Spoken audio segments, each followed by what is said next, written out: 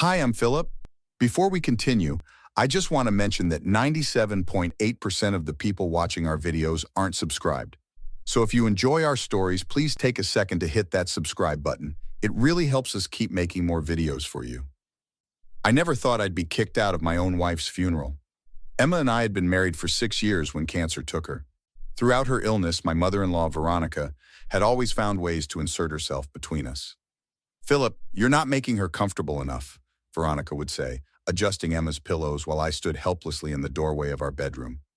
"Mom, he's doing his best," Emma would whisper, her voice growing weaker by the day. "Your best isn't good enough for my daughter," Veronica would snap back, not even looking at me. Emma's sister Sarah noticed the tension. One evening while Emma was sleeping, Sarah pulled me into the kitchen. "You know she's always been like this, right?" Sarah twirled her coffee mug nervously. "Mom thinks no one's good enough for her precious daughters." "I can handle her criticisms," I replied. "I just wish she wouldn't upset Emma."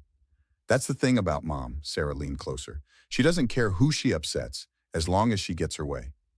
The day Emma died, Veronica was there. She pushed past me to hold Emma's hand in those final moments. "I promised your father I'd take care of you," she whispered to Emma. "I'm so sorry I couldn't save you from this."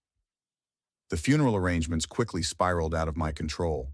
When I arrived at the funeral home to discuss details, the director looked confused. "Mr. Carter, Mrs. Hamilton already made all the arrangements yesterday." "Mrs. Hamilton? You mean Veronica, my mother-in-law?" "Yes, she said she was handling everything on behalf of the family. She was quite insistent." "Did she mention I'm Emma's husband?" I asked, my voice rising. "She said you were too distraught to handle the details." I called Veronica immediately. "Why are you planning my wife's funeral without me?" "Because you'd make it all about you," she replied coldly. "Emma deserves better than your budget ceremony. I know what my daughter would want. She was my wife for 6 years. She was my daughter for 32. On the day of the funeral, I arrived early.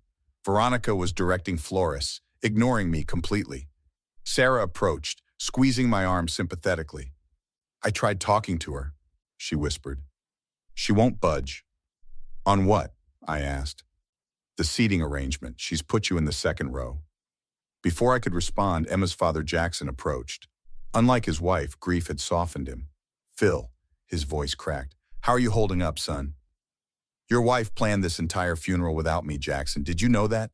His eyes widened. "Veronica said you asked for her help because it was too painful." When the service began, I took my rightful place in the front row. Within minutes, I felt a tap on my shoulder. A security guard leaned down. "Sir, I need you to move to the second row." "This is my wife's funeral," I whispered harshly. "I'm sorry, sir. Mrs. Hamilton's instructions were very clear." When I refused to move, 2 security guards forcibly removed me, Veronica watching with cold satisfaction as I was dragged away from my final goodbye to Emma. "She did what?" Emma's college roommate Mia gasped, nearly spilling her coffee. We sat in my kitchen the day after the funeral, the house emptier than ever. "Had me physically removed from the front row," I repeated, my voice hollow. "Like I was some wedding crasher, not Emma's husband." "That's beyond cruel," Mia shook her head. "It's unhinged. Veronica's always been controlling, but this..." I trailed off. "Have you talked to Sarah?" Mia asked.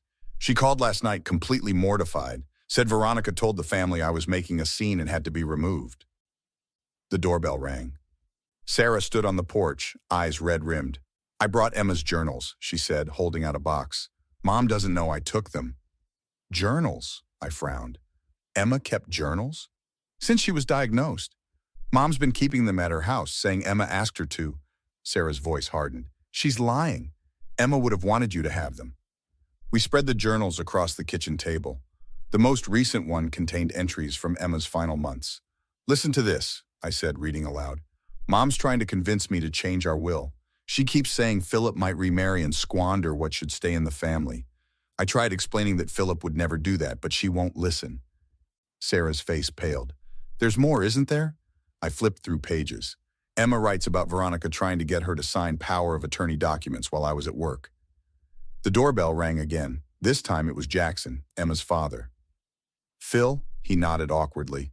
"May I come in?" Once inside, he noticed the journals. "Are those Emma's? Veronica's been looking for those." "I bet she has," Sarah muttered. Jackson, I said carefully, did you know Veronica tried to get Emma to change our will? His expression shifted. That's ridiculous. Veronica would never. It's right here. I pushed the journal toward him. In Emma's handwriting. She was on heavy medication, Jackson defended weakly. She might have misunderstood. Dad, Sarah interrupted sharply. Stop defending Mom. This is exactly what she does. She manipulates everyone, even you. Your mother loved Emma, Jackson insisted. Everything she did was out of love. Was it love to ban her husband from the front row at her funeral? I demanded. Was it love to try to change her will behind my back? You don't understand, Jackson began. No, you don't understand, Sarah snapped. Mom's always controlled everything. She controlled you, she controlled us, and now she's trying to control Emma's memory. After Jackson left, clearly shaken, Mia studied the journals more carefully. Philip, she said slowly, according to these entries, Veronica accessed Emma's medical insurance. Emma writes that she found out her mom was charging treatments to the insurance, but the hospital had no record of them. Sarah and I exchanged looks. Are you saying Veronica was committing insurance fraud? I asked. I'm saying we need a lawyer, Mia replied, and I know just the person. The law office of Alexandra Chen was sleek and intimidating. After reviewing Emma's journals and the insurance documents we'd gathered, she called Veronica for a meeting. I insisted on being present. When Veronica entered, her eyes narrowed at the sight of me. What's this about? She demanded, refusing to sit. I'm a very busy woman. Please have a seat, Mrs. Hamilton, Alexandra gestured calmly. We have some matters to discuss regarding your daughter's estate. There's nothing to discuss. Emma's will is straightforward. Actually, I interrupted, we're not here about the will, we're here about the insurance fraud. Veronica's face paled slightly before her composure returned. What nonsense are you talking about? Alexandra slid documents across the table. We have evidence that you submitted claims for treatments Emma never received, treatments totaling over $70,000.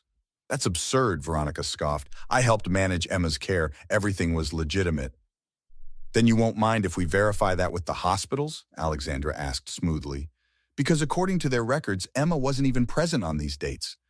You're just trying to smear me, Veronica turned to me, voice dripping with venom. You couldn't stand that Emma needed her mother more than her husband in the end. Emma needed me plenty, I said evenly. You just couldn't stand seeing it. She confided in me, Veronica hissed. Told me how you were already looking at other women. That's a lie, I cut her off. Emma trusted me completely. It's all in her journals. What journals? Veronica's voice sharpened. Sarah, who had been silent until now, spoke up. The journals you tried to hide from Philip. The ones where Emma documented everything you did, everything you said. You little traitor. Veronica spat at Sarah. After everything I've done for this family? You mean like having Philip thrown out of his wife's funeral? Sarah countered. Or trying to steal from Emma's insurance? I did what was necessary, Veronica's voice rose. Someone had to protect Emma. From what? I demanded. From being loved by her husband? From having peace in her final days instead of being pressured by you? You weren't worthy of her, Veronica shouted, standing suddenly. None of you understand what it means to truly love someone. Mrs. Hamilton, Alexandra interjected firmly, shouting won't help your situation. We have enough evidence for the insurance company to pursue charges. You wouldn't dare, Veronica's voice dropped dangerously.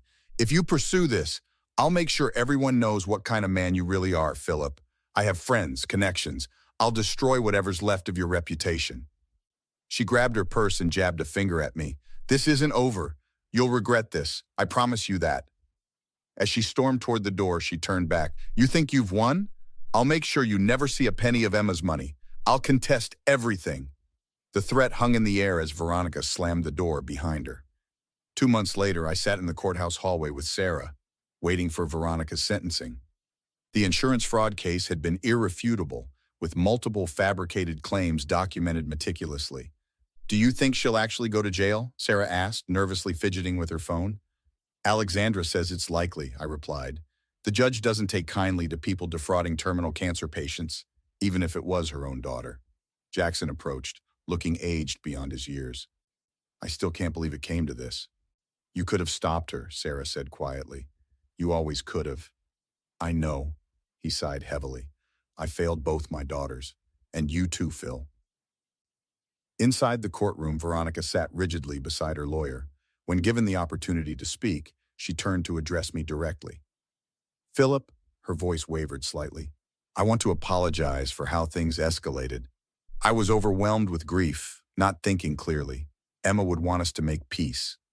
Don't you dare tell me what Emma would want, I replied evenly. You lost that right when you used her illness for profit. I was setting aside money for her treatments, Veronica insisted. Everything I did was for Emma. The court didn't believe that, I reminded her, and neither do I. We're family, she pleaded, desperation creeping into her voice. For Emma's sake. We were never family to you, I cut her off. I was just an obstacle between you and Emma, and now you're facing the consequences. The judge sentenced Veronica to 18 months in prison and full restitution. As officers approached to take her away, she made one last attempt. Philip, please, her voice cracked. I'm Emma's mother. She would forgive me. But I won't, I stated firmly. Emma deserved better than what you did to her, what you did to us. This isn't revenge, Veronica. It's justice. Later that evening, Sarah, Mia, Alexandra, and I gathered at my house. Emma's photo watched over us from the mantel. I never thought Mom would actually go to jail, Sarah said, still processing the day's events. She made her choices, Mia responded. What she did was calculated, not emotional. What will you do now, Alexandra asked me. I'm establishing a foundation in Emma's name, I explained. For families dealing with terminal illness. It'll help cover expenses insurance doesn't. Emma would have loved that, Sarah smiled softly. I found something else in her journals, I said, pulling out a folded page. A letter to me she never finished. She wrote about wanting her death to mean something, to help others. You're making that happen, Mia assured me. It doesn't bring her back, I admitted, but it honors who she was, who we were together, and that's something Veronica could never take away. As they left, I stood alone in the quiet house, Emma's presence somehow stronger now that justice had been served. 6 months later, I stood at Emma's grave with fresh flowers. The foundation was thriving, already helping dozens of families navigate the financial maze of terminal illness. You should be proud, Sarah said, joining me with her own bouquet. The foundation's making a real difference. I couldn't have done it without you, I replied, or without Alexandra's legal work. Have you heard from Mom? Sarah asked quietly. Her lawyer reached out about an early release, wanted me to write a letter of support. And I told him the truth, that I believe she served only a fraction of what she deserves. We walked back to the car in comfortable silence until Sarah spoke again. Dad's selling the house, says there are too many memories. Where will he go? He's talking about moving near my place, wants to make amends, I think. Are you okay with that? I asked, opening her car door.